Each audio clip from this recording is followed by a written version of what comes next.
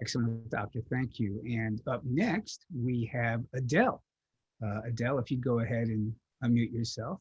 Thank you. Hi, thank you very much. Wonderful to hear your talk. I have two questions. One is about the thyroid. Is hypothyroid, hypothyroid or hyperthyroid related to Graves and Hashimoto only, or are there other causes? Okay. Oh, yes, there are other causes. The most common cause of hypothyroidism, low thyroid, Yes. is Hashimoto's thyroiditis. That's the condition I was describing, where your body has antibodies that are detectable in the blood, and they're stopping the thyroid gland from making thyroid hormone normally. And then the hyperthyroidism, that's Graves' disease. That's the most common hyperthyroid condition, or a very common one, I should say. But no, there are other causes of both. And so if you have thyroid symptoms, your doctor's number one job is to see, could there be something else going on here? Is there something structurally wrong, something growing in the thyroid, for example, that's interfering with that function? Or do I just not have enough iodine? It's a very straightforward kind of evaluation that every endocrinologist does pursue in trying to understand why a person is either low or high. And that's why it's really important to get a good medical evaluation if you've got thyroid symptoms. Okay. And the other was just a response that you've mentioned coconut oil. I was that took me by surprise, because I was under the impression that coconut oil was okay because it had a different structure. I forget the terminology for the different structure, but what I'm hearing from you is no, it's a saturated fat. Yes, coconut oil, I would avoid it completely. You can put it on your skin, put it in your hair, wax your car with it. I would not ingest it at all. And the reason I say that is you will hear huge amounts of marketing. People saying coconut oil doesn't raise your cholesterol very much. They are wrong. It's not true. Researchers have put this to the test. And I am prepared to believe that coconut oil may not be quite as bad as butter, but it clearly does raise cholesterol levels. And so I would not go anywhere near it. They're heavily marketed. They're dumping it in everything. Palm oil too. I would steer clear of both of those kinds of fats. Doctor, thank you. We have a few more. Elaine is up next. Elaine, if you'd go ahead and unmute yourself, please. Thank you. Hi, Dr. Barnard. Hi. I'd like to thank you for the informative lecture. I have just one question. I have been anemic for much of my adult life, and doctors assume it was the fibroids, which did cause heavy bleeding. So I had the fibroid embolization procedure, and although the bleeding has lessened, the anemia still persists. So my doctor thinks I might have a blood disorder that doesn't allow my body to absorb iron. So he has me on Ferrex 150, to take one a day, but do you recommend healthier ways or options of getting enough iron in? Because that's just my question. Okay. All right. First of all, thanks for being part of the program, and thank you for that good question. You're doing the right thing by talking to your doctor, because your doctor is right. First of all, to look at why are you having a low iron level. Normally, people have adequate iron stores. And if you're running low, your doctor is going to be thinking, okay, you're bleeding. Is it just the fibroids, or could you be bleeding in some other way? So your doctor's going to want, I'm sure your doctor has already talked to you about that. Do you need a colonoscopy? They will go through their mind to think through, could you be losing blood in some other way? Incidentally, fibroids are driven by estrogens too, in the same way as endometriosis and menstrual pain are. So this is another reason for a low-fat, completely plant-based diet, to bring down the estrogens that are driving fibroids.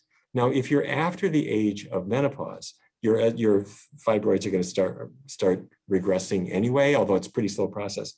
But a low-fat vegan diet takes some of the heat off the fibroid growth, albeit very slowly, unfortunately. Your doctor's recommended an iron supplement for you. You're taking it. That's probably a good idea. Nonetheless, it's useful to remember that there are natural plant sources of iron too. You can discuss with your doctor, I'm eating lots of greens, I'm eating beans, and for extra credit, if you have vitamin C rich foods, citrus fruits, peppers, and others at the same meal as the iron containing food, the iron absorption is better. So you can put all that together, and that it may be that will help your iron metabolism as well. The other thing your doctor is thinking of is if you are exercising a huge amount, you didn't say whether you were or not, but that can sometimes suppress iron levels a little bit too. But it's good that you're talking to your doctor about these things and follow your doctor's advice, but those are some of the diet sides of it to bring into the discussion too. Doctor, thank you. Up next, we have Angela. Angela B, if you go ahead and unmute yourself, that would be great. Yep, there we go. Thank you. Hi, Dr. Barnard. I've been following you for a couple years now. I have Hashimoto's and had a partial thyroidectomy, and I was taking synthetic thyroid hormones, but had a reaction.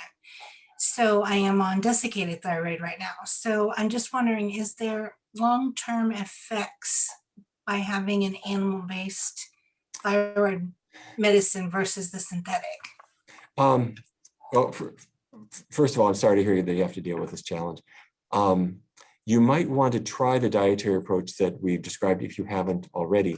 But my best guess is that it probably works for some people and not for others.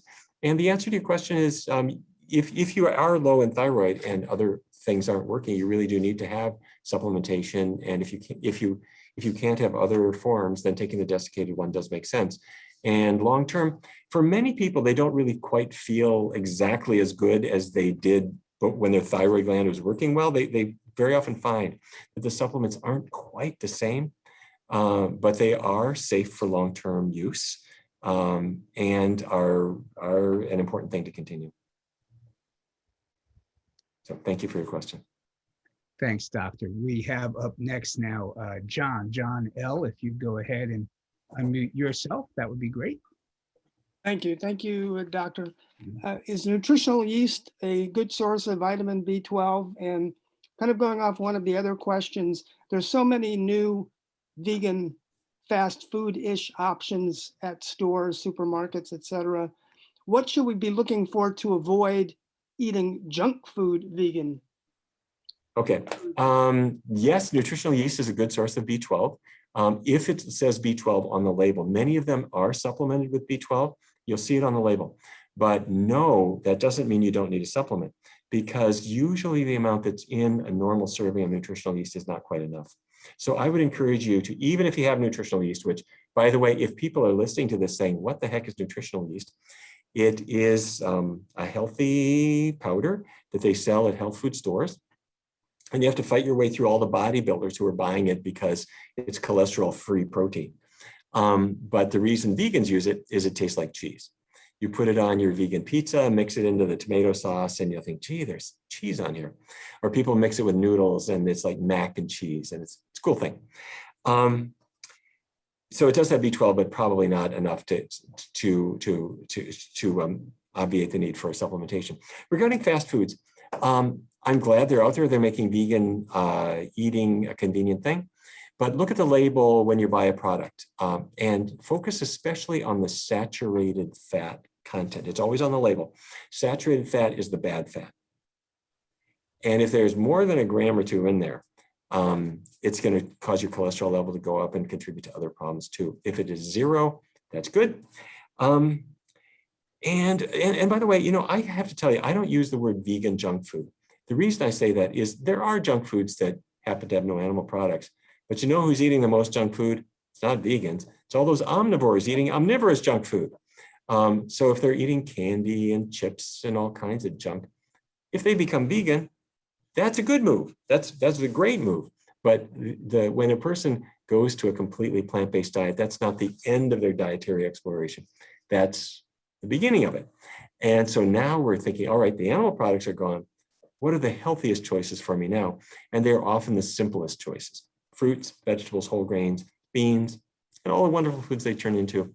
And don't forget your B12 as well. Excellent, doctor. Sure. And now we have Suzanne is up next. Suzanne, if you go ahead and unmute yourself. Thank you. Hi, Dr. Barnard. I'm so glad I got to hear your lecture earlier. I had a question about symptomatic gallstones.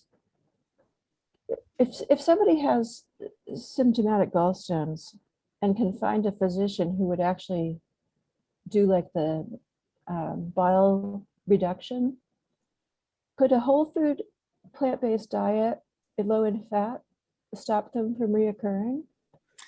Gallstones are in most cases made of cholesterol, and cholesterol comes from animal products, and it's also made in your body by, particularly when the diet is high either in animal products or coconut oil. The saturated fats cause cholesterol levels to rise.